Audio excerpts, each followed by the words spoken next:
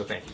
What is the real reason, the one key reason that you have decided to jump in, and at this hour you feel you're at a disadvantage coming in a little late here? Oh, I'm the underdog. I'm the long shot. I'm at a massive disadvantage, and that's why I love our country.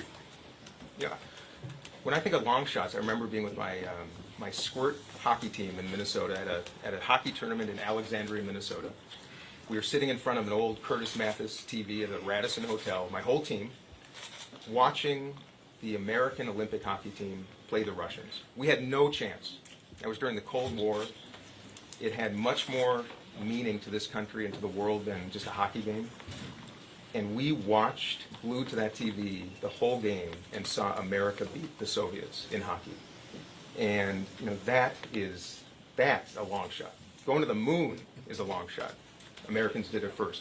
Flying for the first time, you know, the Wright brothers, that's a long shot. This is the country of long shots. Well, and that's why, let me just finish this, because that's why politics is so messed up right now. That's why people are so upset. We have these institutionalists that believe somehow they know better. And I don't know what is so frightening about competition, about choices, about freedom. I'm doing what our founders wanted people to do, which is to participate. And I would ask that people give a little thought to why we do that. And that's why I'm doing it. But really, your predecessor, Senator Eugene McCarthy, yes, forced a sitting president out of office by campaigning against what he viewed as an immoral war. 538 says you vote with Joe Biden 100% of the time. So what is your message in this race other than he's old and I'm not? Well, my message isn't age. By the way, both candidates would be the oldest American presidents in our history. Both candidates would be well into their 80s in their next term. I work with 80-year-olds who are plenty competent and plenty sharp. Nancy Pelosi, I think, was the most extraordinary wielder of power I've ever served with in any capacity in my entire life, and that is the case. I'm here to celebrate the president. This might surprise many of you. I admire President Biden. I think he saved our country 4 years ago. At that time, he was the only one that could have done so. And how did we determine that? Because there was a primary. And I believe it is important, integral, and the most, I think it is existential for the longest living democracy in world history, the United States, to do the same thing every 4 years. And I do not have anything but admiration for the president. Yes, I voted for his policies. I'm a Democrat. I'm a proud Democrat. And I helped market his policies, serving on the Democratic Policy and Communications Committee. I helped package them and distribute them and call attention to them. And I'm not going to shy away from that because they're good policies. But on that subject, Americans are struggling. President Biden has served for 50 years in Washington. I think I was 3 years old when he became a United States Senator. He's a good man, and he's been working there for 50 years. I've been at this for 5 years, but before that, I chaired a board of a hospital system, health system, served on the board of a university, traveled the world in business, been to 49 of 50 states. And because I was in sales, I was taught by my great-grandfather that in sales you listen. You don't sell first, you listen. And then, based on what people tell you, you offer what they need. And that's what I intend to do, and I've been doing it. And what I'm hearing is people are struggling immensely. They are seeing groceries and fuel, their mortgages skyrocket now. And we have passed very important policies, but it is not nearly enough. And all the time that members of Congress and in Washington spend fighting each other is time that we're not spending fighting for people. And if someone objects to that, it's a free country. If someone objects to having choices, it's a free country. If someone objects to freedom, it's a free country. If someone objects to me, it's a free country. So does that mean that you think that Joe Biden hasn't listened to people, isn't listening to people sufficiently?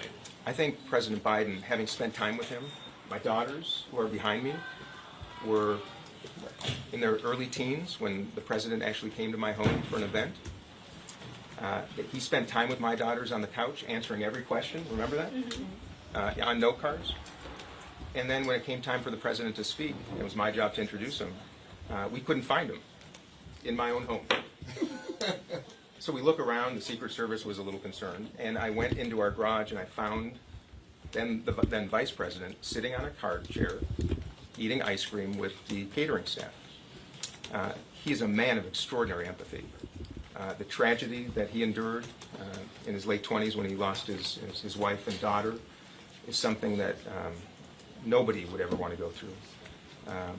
That is not, he's a good man. That's not why I'm doing this. I'm doing this because I'm listening to people all around the country saying they want a change. They want a new generation, that it's time to go to the future.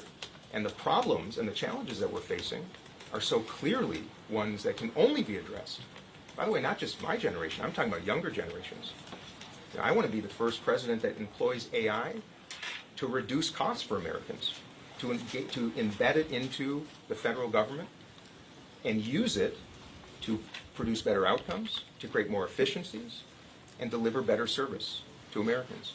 We invented this. It is United States technology. We have people waiting to do so, but we do not have people in positions of power who understand it, who understand this could be the most transformative, positive transformation in American history. Also cognizant of the risks. There are differences. Not because he's not a good man, because I'm part of a different generation that is looking ahead, and I will make that case, but most of all, I want to talk about people. People are really struggling, and they need to be heard, and there are actionable ways, actionable ways to reduce costs for people. Healthcare is the most burdensome challenge for so many Americans. We are the only country that does it like this. We spend twice as much as any nation in the world. The people who actually make their medicines, use taxpayer dollars sometimes to do the research on them, charge us 3, 4, 5 times more than any other people in the entire world. We can reduce those costs. Why are corporations being afforded tax benefits that hardworking Americans aren't? I come from a state of Minnesota that I took it for granted, talking about Eugene McCarthy. Minnesota doesn't tax clothing and food because we know those are actionable ways to actually help people who are really struggling with their necessities. I want to afford the same benefits to hardworking Americans that we give to the well-off, like myself, by the way, and to corporations. We can reduce healthcare costs. Why is childcare so expensive? Why doesn't the federal government not recognize that people can't work if they have to pay more than their earnings to have their kids looked after? So what do? They stay home. And we have an economy now that is desperate for a labor force. You know, we have chaos at the border that I think Democrats are somehow afraid to address because they feel they might lose their seats if they do what the country needs, which is security at the border and a more thoughtful, humane policy. But here in New Hampshire, just